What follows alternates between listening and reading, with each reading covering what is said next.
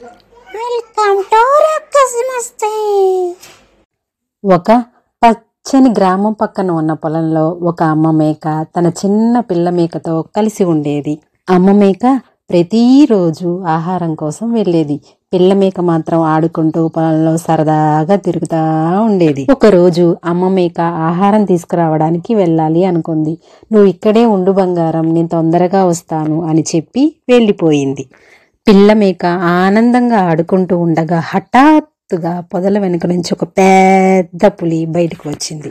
పిల్ల మేక అవాక్కయింది, కానీ భయపడకుండా వెంటనే ఒక తెలివైన ఆలోచన చేసింది. పులి దగ్గరికి వచ్చి, ఓ మా అమ్మ వస్తే నిన్ను చూసుకుంటుందిలే, మా అమ్మ చాలా బలమైంది అని పిల్ల మేక చాలా ధైర్యంగా చెప్పింది. పులికి ఆశ్చర్యమేసింది, ఇంత చిన్న మేక ఇంత ధైర్యంగా మాట్లాడుతుందా అని. అప్పుడే దూరంగా అమ్మ మేక తిరిగి వస్తూ కనిపించింది. ఆమె దూరం నుంచి పరిస్థితిని అర్థం చేసుకొని పరిగెత్తుకుంటూ పిల్ల మేక దగ్గరికి వచ్చింది. అమ్మ మేక వచ్చి తన పిల్ల మేక ముందు ధైర్యంగా నిలబడింది.